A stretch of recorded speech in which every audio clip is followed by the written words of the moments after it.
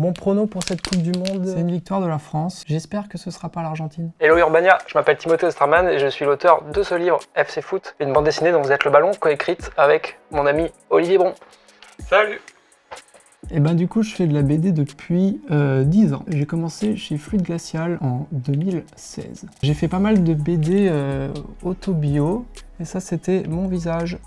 Bon voilà, ça c'est ma nouvelle coupe, hein, on va dire. La BD dont on est le héros, ça nous est venu en 2023, je dirais. C'est Olivier avec son regard d'éditeur. Et Caroline qui est toujours d'ailleurs menuisière. Caroline, elle a une petite coupe de cheveux. Qui m'ont dit est-ce que tu veux faire des blagues sur le bois? Et moi j'ai dit évidemment. Et c'est comme ça qu'on a fait un trio, on a fait un premier livre qui s'appelait Une BD dont vous êtes le meuble, qui parlait de la chaîne du bois, pardon. Et c'est comme ça qu'on en est venu au livre dont vous êtes le héros, et une fois qu'on a fait celui-ci, Olivier m'a redit mais est-ce que tu voudrais pas en faire un pour le football? Et c'est comme ça que l'aventure a commencé.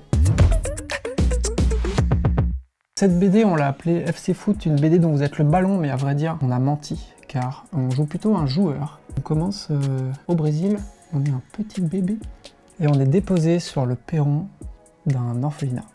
Heureusement, il y a deux sœurs qui nous retrouvent, c'est qu'on est emmailloté dans un maillot de football de l'équipe de France, comme on se fesse alors qu'on est au Brésil.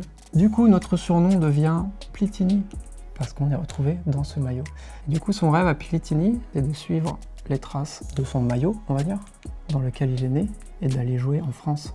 Et nous, ce qu'on voulait avec Olivier, c'est qu'il aille jouer à Strasbourg, parce que nous sommes des Strasbourgeois et que ça nous faisait vraiment rire. Donc c'est une possibilité dans ce livre, mais il y en a tant d'autres. Et voilà, qui on incarne dans ce livre, Plitini, le prodige brésilien.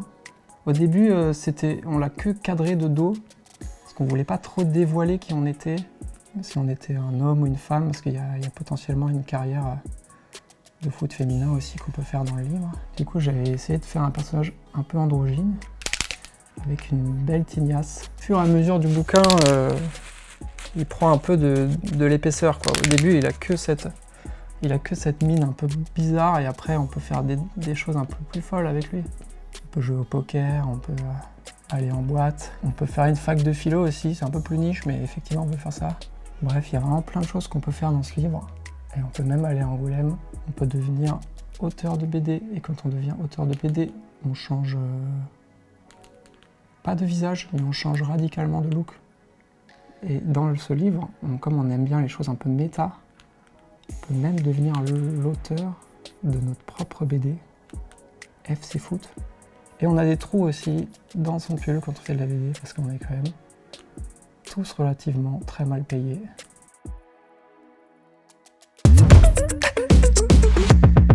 Dans cette BD, on a un antagoniste qui s'appelle Kiliano, qui est aussi brésilien, qu'on rencontre au Brésil, et qui nous suit tout au long de notre carrière, on va dire. C'est un antagoniste, mais c'est aussi notre ami. Un antagoniste qui nous ressemble. Il travaille beaucoup, il s'entraîne énormément. C'est vraiment un joueur à la Mbappé ou à la Cristiano Ronaldo. C'est le bosseur. Il a tellement bossé qu'il est chauve, mais il lui reste quand même ce petit bout de gazon qui est un hommage à Ronaldo, le Brésilien, qui en 2002 a créé cette coupe qui n'a duré que quelques mois. Et j'adorais cette coupe, je l'aime toujours. Remettre à la mode la coupe Ronaldo 2002. Donc il nous ressemble particulièrement, il a la même moue un peu, sauf qu'il est plus puissant. Il a l'air plus méchant, mais en fait il est doux comme un agneau. C'est qu'il relève le col, comme Eric Cantona. Il remonte les manches. Et ça, c'est un hommage à Mark Landers dans Olive et Tom, qui était l'antagoniste de Olivier Hatton et qui avait des belles épaules. Et Kiliano, il joue pour le Brésil, que le Brésil qui a gagné déjà, je sais pas, 5 coupes du monde. Ils sont nuls maintenant, mais à l'époque, il faisait rêver. Et Kiliano, tout le long du livre, une attaque spéciale qu'il est en train de développer, comme dans les mangas, quoi. Voici son coup spécial. Mais dans le livre, il est un peu mieux dessiné. Tout dans le livre est un peu mieux dessiné. C'est pas évident de dessiner sur une vitre.